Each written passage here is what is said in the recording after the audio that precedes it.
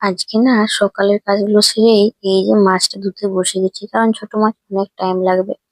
তো হ্যালো প্রিয়ান, তোমরা সবাই কেমন আছো? আমি তো ভালো আছি, আপনারা কেমন আছেন নিশ্চয়ই জানিও। এই যে পরেরটা মা একটু বসিয়ে দিল, কারণ যেহেতু আমার হাত পায়েসটা নেই, তাই আমি আর বললাম মাকে, মা একটু ছেড়ে দাও। তার জন্য মা সর্ষের তেলটা বেশ ভালো করে গরম করে এই যে নুন হলুদ মাখিয়ে মাছটা ছেড়ে দিল। এই যে মা ওইটা করতে করতে আমি চান করে চলে এলাম। ব্যাস মা ওই যে অল্প জাল দিয়ে দিয়ে ভাজতে শুরু করে দিয়েছে। আমি না সত্যি মনে ভাজা হতো না। এই যে তারপর আমি এসে প্রথমে মাছটা পাল্টে দিলাম। ছোট মাছ না, মানে খেতে যতটা ভালো লাগে, ঠিক কষ্টটা তার থেকে 3 গুণ বেশি।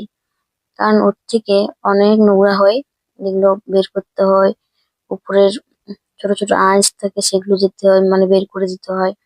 কটাগুলো বের করে দিতে হয়, অনেক কষ্টের। তারপরে কিন্তু আমি করি এটা, মানে বেশ ভালো লাগে, সবাই যেহেতু পছন্দ করে, তাই আর এটা না এর দিকে হয় না। আমি যখন 1 মাস ছিলাম না বাড়িতে, তখন কিন্তু ছোট মাছ 1 মাস হয়েই ছিল না।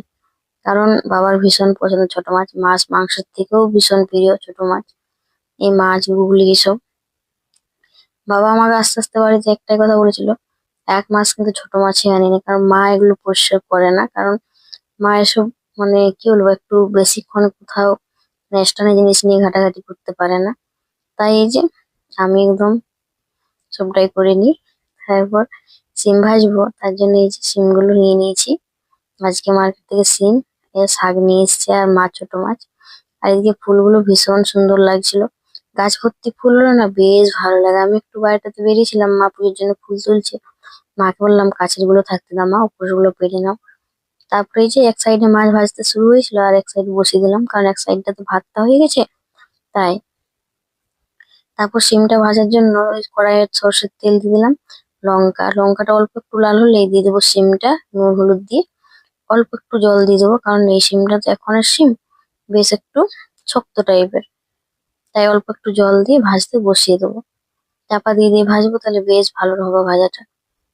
এই যে, তো তখন আমি নাস্তাটা করে নিই, কারণ আজকে নাস্তা এখনো হয়নি। আর আমি যাবো একটু বাজার, তার জন্য তাড়াহুড়ো হচ্ছে আসলে। আমিও তাড়াহুড়ো করছি, আর মাও তাড়াহুড়ো করছে। কারণ আমি চলে গেলে মা একা পড়ে যাবে।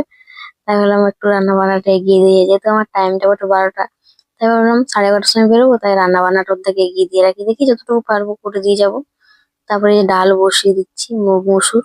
প্রথমে না ওই যে বিউলির ডাল করবো বলেছিলাম, তাই আর ডালটা বসিয়েছিলাম না। তাই এই যে লাস্ট সময় প্লেন চেঞ্জ যাকে বলে, তখন মুগ মসুর ডাল বসিয়ে দিলাম নুন হলুদ দিয়ে। আর এই যে শাকটা অনেক টাইম লাগবে বাছতে, আজকে করবো নোটে শাক। তাও কিছু করার না, শাক তো বাছেই করতে হবে। তারপর মাকে বাকি রান্নাটা ছেড়ে দিয়ে এই যে আমি বড়ি করলাম বাজারে। আর কোথাও গেলে এই যে এক থলি থলি নিয়ে যেতে হয়, যত কাজ থাকে না একদিনেই সব, মানে পূরণ করার জন্য নিয়ে যেতে হবে। যেহেতু বোনের সাথে যাবো, তাই বোন গাড়িটা বের করে নিচ্ছে। আমি কিন্তু অনেকদিন আগেই গাড়ি চালানো ছেড়ে দিয়েছি, আর এখন চালাই না, এই চালাই এখন। তারপর গেছিলাম ব্যাংকে। এই যে ব্যাংকে কিছু বন্ধুদের সাথে দেখা হয়েছিল, বেশ ভালো লাগলো কথা বলে। ওরা বলেছিল আমার থেকে ছোট হবে, বোন হবে, স্কুলে পড়ে। আমার ভিডিও দেখে আমার ভীষণ ভালো লাগে, সত্যি বলতে কি আর বলবো।